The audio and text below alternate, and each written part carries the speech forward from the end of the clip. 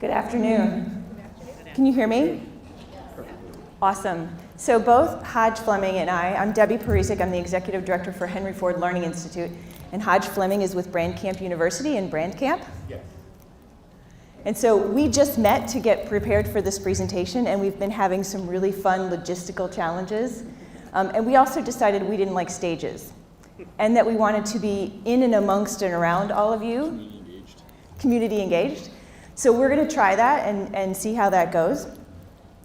So I'm going to get started. We're going to talk about 15 minutes each, and then leave some time for questions at the end. And I'm talking about how to use human-centered design as a way to engage with your community members. So the reason that we're connected is because both of us believe that there's a better way to do the work that we do, and that it's our job to find it, and then our job to do it. And in fact, when you want to engage with communities, you've heard this all day long, that what you really need to think about is not that you can come in and treat the community or tell it what it should do or ride in on a white horse with a perfect solution, but what you really need to do is engage, become as much a member of that community as you can, think of yourself as a partner in that community, and most importantly, especially in my world, participate as a learner. So HFLI primarily focuses on designing learning, particularly in and through K-12 education.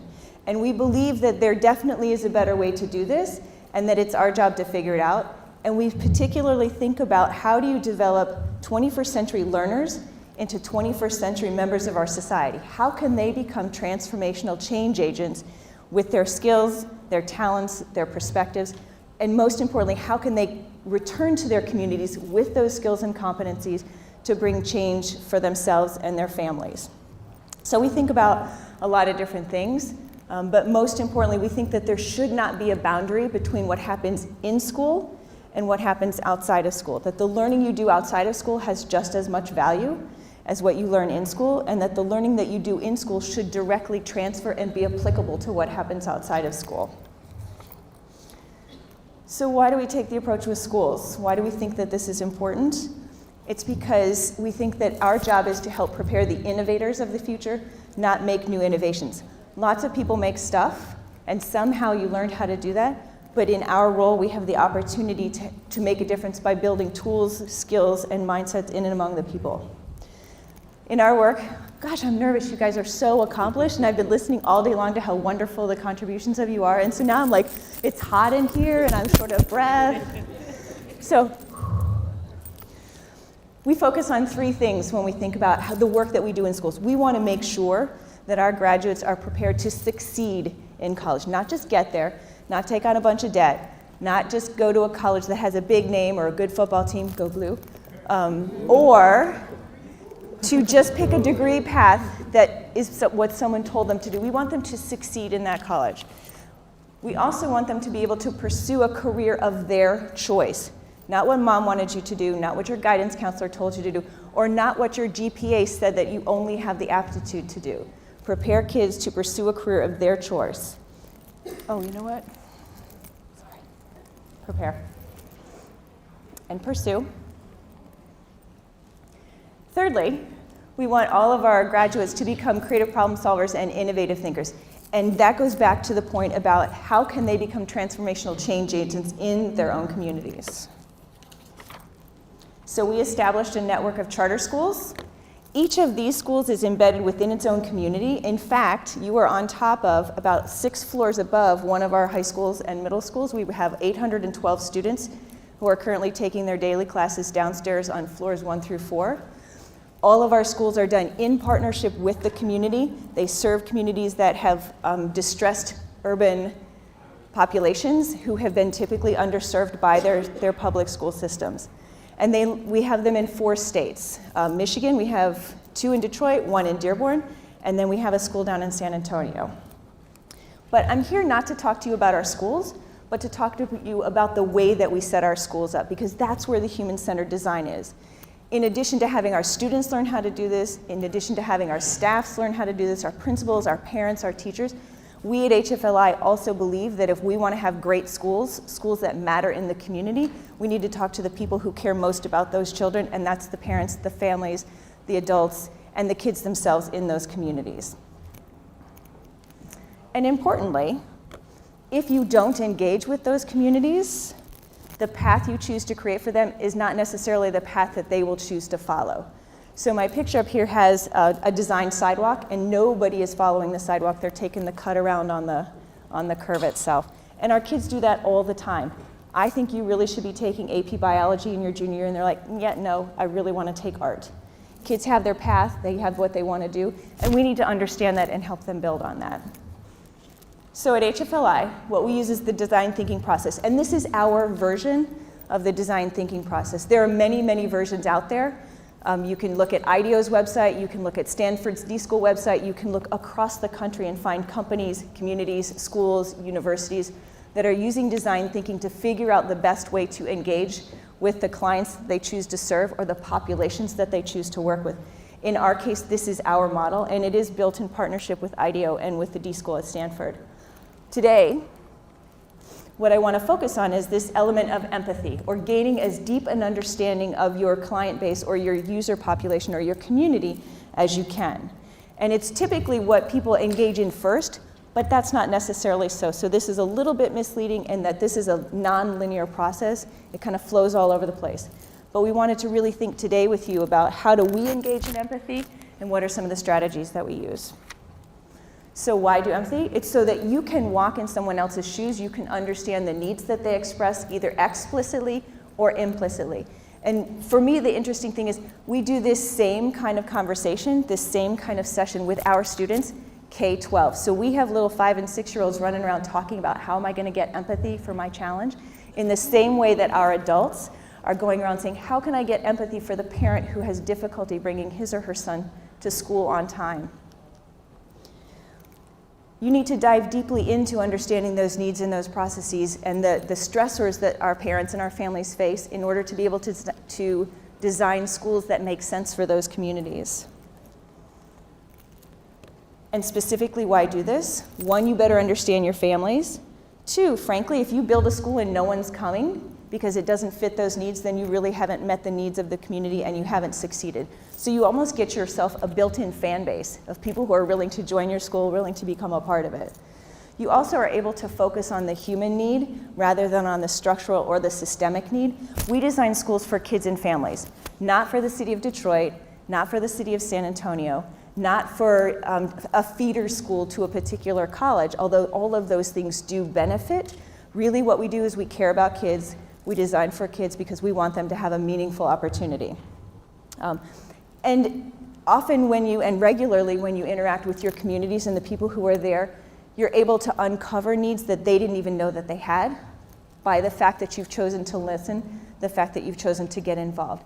And that's where transformative change comes. It doesn't come from assuming that you know what's going on or making a guess or a calculated risk. It comes from truly trying to understand and continuing to learn what's happening in that space.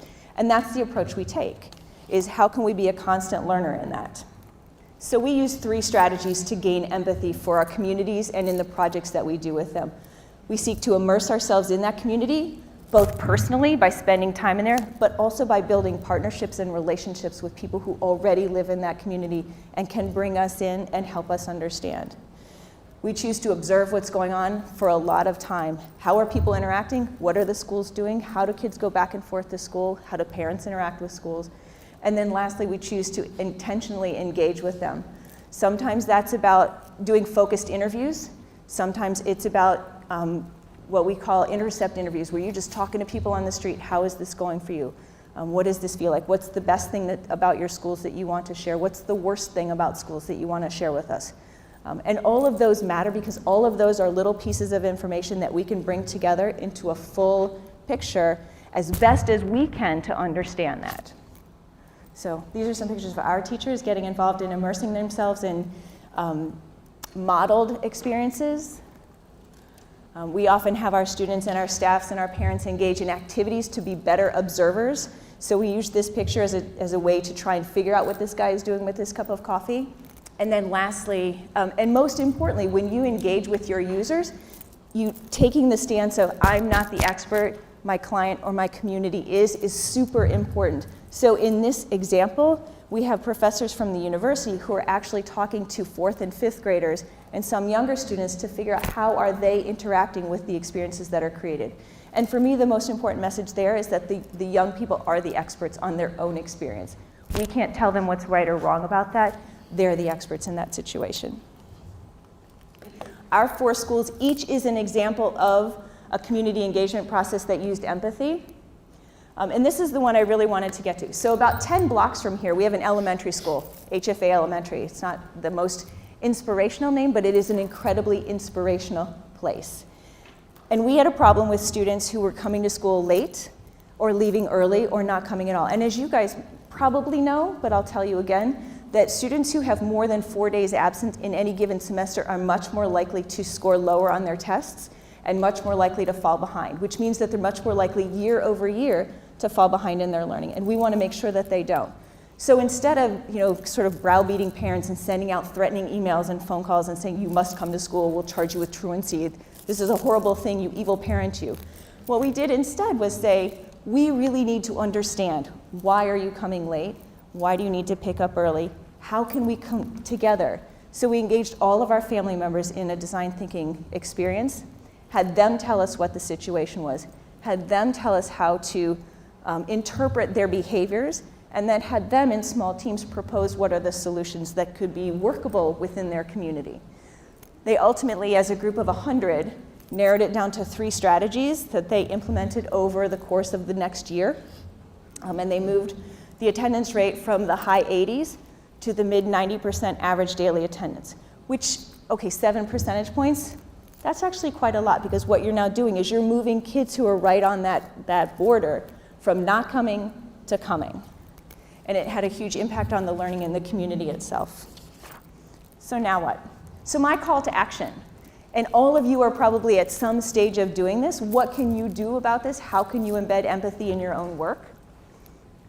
You too can gather empathy. You can immerse yourself, you can engage with your communities, you can observe what they're doing, and importantly, capture what you're doing. Write it down, take pictures. Don't forget about it, because memories are faulty. So we encourage all of our participants to also make sure you document everything. Check in with your community members regularly. Don't design and walk away. Make sure that you're constantly coming back and saying, how does this work? Is this working for you? How can I connect with you? Engage in lifelong learning, starting 1.5 to all the way up until the end of life. We want to make sure that we take the stance of being a lifelong learner and that we're proposing solutions and strategies along the way that people can continue to engage in that learning and not lose that child's perspective. Try it out. Don't wait until it's perfect. Don't wait until you've expended a ton of money, a ton of resources, a ton of time. We talk a lot about don't fall in love with your prototype, because if you do, it's really hard to give it up and let your community members tell you how to make it better for them. And better for them is really, how does it help me in a very particular individual way? And lastly, engage with new partners. Think about who can bring a new perspective to your work, a new idea to your work, challenge your thinking in an intentional way. The lone genius myth, as we've all heard, is really not true, but when you can put the collective wisdom of your families, your students, your teachers, the community members at large, you can get a much, much, much better outcome. I really hope you get a chance to come check out our schools. We're really proud of them. We're works in progress. We're an ongoing prototype. And I'm going to turn it over with some technical transfer to Hajj Fleming, and he's going to tell about his way of engaging with community. Thank you. All right, how's everybody doing today? That was weak. How's everybody doing today? Are we good? I know I stand between you and getting out of here and partying or getting on a bus, so I know I have to be entertaining and I have to be able to educate you at the same time, so it's going to be a little edutainment, and I'm sure that you will like the information. Typically when I start, I always start with the video. We're going to start out with a picture of me. That's me trying to look cool in the neighborhood. What I'm going to do, I'm going to focus on just 2 points. My 2 points are going to be passion, and it's going to be, we're going to talk about passion, and we're going to talk about storytelling. Right? Because if you're going to connect with a community, you're going to have to be able to tell a compelling story, right? One of the things that I want you to think about, if you have an idea, you're going to have to absolutely, no question, be passionate about the idea, because you need to be able to sell that idea to your stakeholders, right? So at the end of the day, how many people believe in the idea that they have? Okay, the rest of you guys don't. Okay, I'm talking about you have to be able to believe in the idea that you have. And so again, if you're going to be able to sell the idea, you're going to have to make sure that you actually believe in the idea. So again, in terms of you being a storyteller and being passionate, we can talk about what is or what could be. So I want to get you to think about not what is in your neighborhood or in the community that you're looking to affect, but really what could be. How many people want to be able to affect change? Right? So again, we want to be able to change the situation to something in terms of what it could be. And so what it's going to take is that each and every single person has to be a storyteller. Every single person has the ability to tell a compelling story. And so now you have to think about, how does this work with your personality? Some people are charismatic. Some people are introverted. And you can still be an introvert and still be engaging and communicate a story that people can connect to. And so again, when you begin to think about becoming a storyteller, I want you to think about ways that where you're able to get your idea across. So I want to use this example. There is an organization in New York, and it's called Made in the Lower East Side. And so when I looked at some of the things that they did, they were able to sell their idea and they were able to communicate it across multiple different platforms. So they put this in Kickstarter and they were able to raise $33,000, right? And so the idea is that they are the Airbnb of storefronts. So basically they have storefronts and they have business owners that need a place to be able to get their idea out. So they had to tell a compelling story in a platform called Kickstarter so that people would contribute. So that was one way for them to be able to have some kind of communication to connect to the people that needed the idea that they had, right? So then they have another community, another stakeholder, right? The community that they wanted to serve, they need to be able to get the voice of the customer, right? Getting the voice of the customer meant that you don't just come into a neighborhood or come into a situation and believe that you have all the answers, right? Just like there's some work that we're getting ready to do. And I can't go into neighborhoods that I don't currently live in and believe that I can just go in there and I'm just going to be the answer when a lot of other people have come in and tried to do the same thing. So again, as we begin to think about what we're going to do, what I began to look at is something that's called pain storming. And so when we looked at the idea that we have with the Knight Foundation, and we're doing something called Rebrand Detroit, Innovating Detroit Neighborhoods, what we did is that we looked at it from this standpoint. I looked at Midtown, and I said, Midtown looks hot, right? It's vibrant, there's a lot of excitement and a lot of energy. And I said, can I really make a difference in Midtown? Can I really go into Midtown and really make the kind of impact that I want in an area that has all the resources, that has all the development? If I want to get a building in Midtown, it's going to be a lot more difficult. The cost structure is going to be a lot higher. So when this opportunity came up with the Knight Foundation, with the Knight City Challenge, I said, let me see where there's an opportunity. And so this isn't the neighborhood, but we said there's opportunities in neighborhoods that might not exist for me in Midtown and downtown. So I said, what pain can we look at? What issue can we address so that we can bring some of that vibrancy to a neighborhood that has entrepreneurs that have creative ideas, to entrepreneurs that are doing really cool stuff, but they just need somebody to be a catalyst to help them to tell better stories. So what we're doing is that we're going into neighborhoods and we're going to work with them. We're going to bring our Brand Camp University content in there to be able to teach entrepreneurs how to tell better stories. We're going to work with the business districts so that we can help them to be able to execute a brand strategy and a digital strategy. Some of the neighborhoods that we've gone into and we've looked at their online presence and it left a little bit to be desired, right? But then we had to look at it from this standpoint. I had to look at it and say, okay, all right, if we make it look like it's Dubai online and it's Beirut when they get there, there might be a disconnect, right? So part of our learning is that we have to figure out to make sure that we can manage expectations. But we looked at this as an opportunity. In Midtown, I really didn't see an opportunity for us to be able to do what we're doing. So I had to be able to sell the idea to the Knight Foundation. So we ended up being, there were over 7,000 people that applied. 32 people end up being winners. 32 out of 7,000. I know we have a lot of brilliant people in here, and we'll do the math, and I'll do the math for you. So it was less than 1% of the people won. And so we were able to cut through, but we had to be able to sell an idea. I had to believe in the idea. I was passionate about it, but I had to be able to tell the story on something that we could execute that would be an idea that we believed answered or addressed an actual pain. So when you're communicating to whatever stakeholders or whatever community, you have to make sure that you're doing something that's going to be able to address a specific problem, right? So that's what we focused on. So we'll give you an example. So part of having a partner like the Knight Foundation has opened up many doors for us. So now it's opened up doors to where now we have other organizations that want to partner with us. So now we have Lawrence Tech School of Architecture that is partnering with us. We have the Rossetti architect firm, and I don't know how many people are aware of some of the projects that they do. They just got the Los Angeles Lakers practice facility, right? So they do a lot of world-class sports facilities, and they're right here in downtown Detroit.